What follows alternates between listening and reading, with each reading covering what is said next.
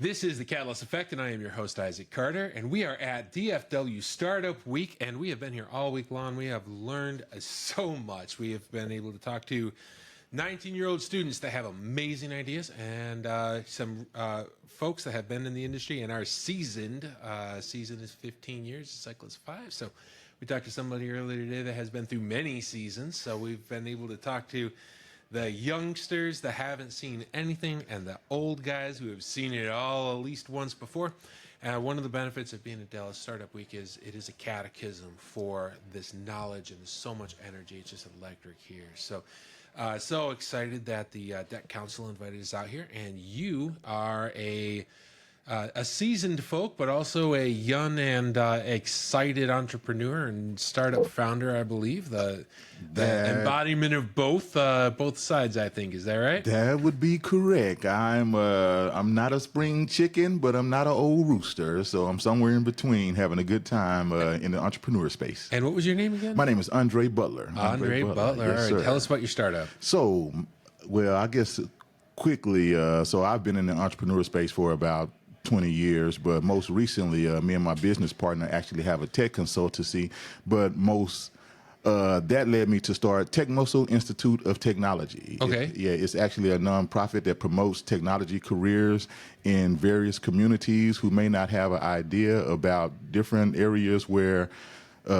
topics such as AI and data scientists and coding may not be prevalent in those particular areas. So we like to promote those through our strategic partnerships. Do you know Angel? She does cybersecurity kid. She is awesome. She's one of our nonprofit partners that I actually met, and she actually spoke for us at one of our gaming events here at the top of the year. Yeah, Angel is awesome for sure. Yeah, she knows how to bring a message to her community about different paths to thriving and succeeding. For sure. Too many times, especially in some communities that don't have as much access as others, they tend to get into survival mode, and then they tend to see the things that they don't have instead of realizing that they could have a beautiful future. And that's actually what I wrote my book, The Broken Stone, for, was to, if you can bring hope to a child, you just change the world. Most definitely. I like to get a signed copy of that hardback. I think your daughter told me I might be able to do that. All you got to do is ask for it. Yeah, for sure. Yeah. Yes, but just like Angel, a lot of time it's just exposure. Yeah. So bringing that exposure and awareness, I tell a lot of individuals, so I graduated high school in 1995, and when someone spoke to me about being an engineer, I thought it was a train driver. I didn't know about a civil engineer. I didn't know about an industrial engineer, chemical engineer, and so as I went to college, I was introduced to all kind of different careers in engineering that was outside of my scope and just hadn't been exposed. So Maynard and I were at an orphanage in Jinatepe, Nicaragua, about 2 years ago, and we brought a game there called Career Scavenger Hunt. So I had medical doctors, lawyers, business analysts, accountants, software engineers, DevOps engineers, mobile app developers, everywhere in between. So many careers. We had like 30 people there, and very, very many different careers and aspects and approaches to that career. And we told the kids, hey, you're going to go out and you're going to talk to everyone. And for every signature you get, you're going to get a little prize. And 3 of you are going to do a pitch about what career you want to get into. And then we're going to pick who gets a new iPad. Wow. And so we had these kids at the orphanage in Nicaragua. I was not participating in that. I was in the back supporting my team, who are local, who are from there, from that neighborhood, from that community, a part of their community. For sure. Because if you tell somebody from Managua, Nicaragua, that they could be like me, they're not going to be a 2 meter tall white gringo from Dallas, Texas. It's never going to happen. But if you tell them that they could be just like Alex or Maynor, then how do you argue with that? So they go out there and they talk to marketing people and all these folks, and they start expanding their mind about what the options for tomorrow are and what opportunities are there through a game that they could win an iPad.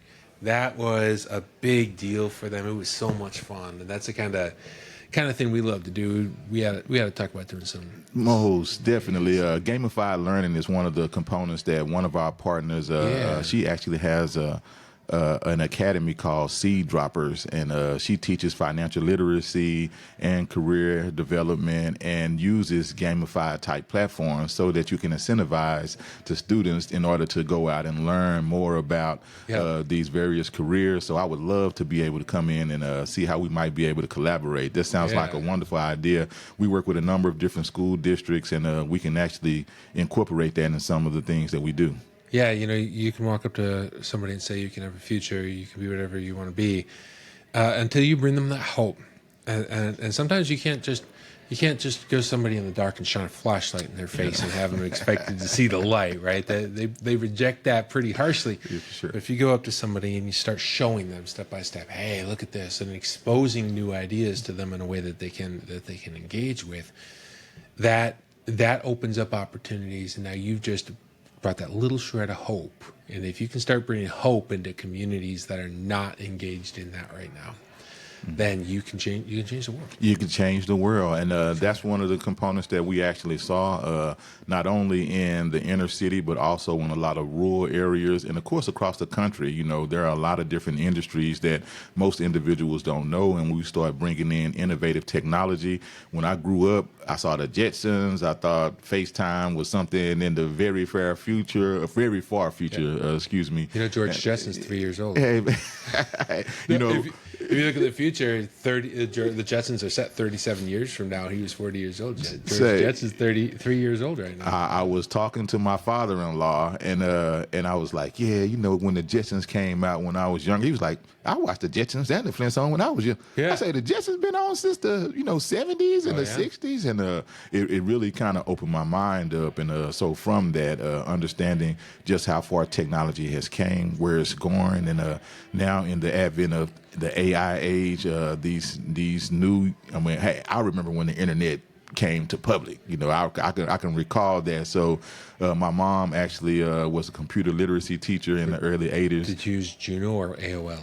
Well, hey, I'm gonna tell you. So I graduated high school in '95. So I went off to college, and we had a T1 line. So we had all shared with 300 students. Was it bonded to 1.5? Hey, it was 1.5. But guess what? When I got home and my mom had dial-up and net zero, I say, "What is this?"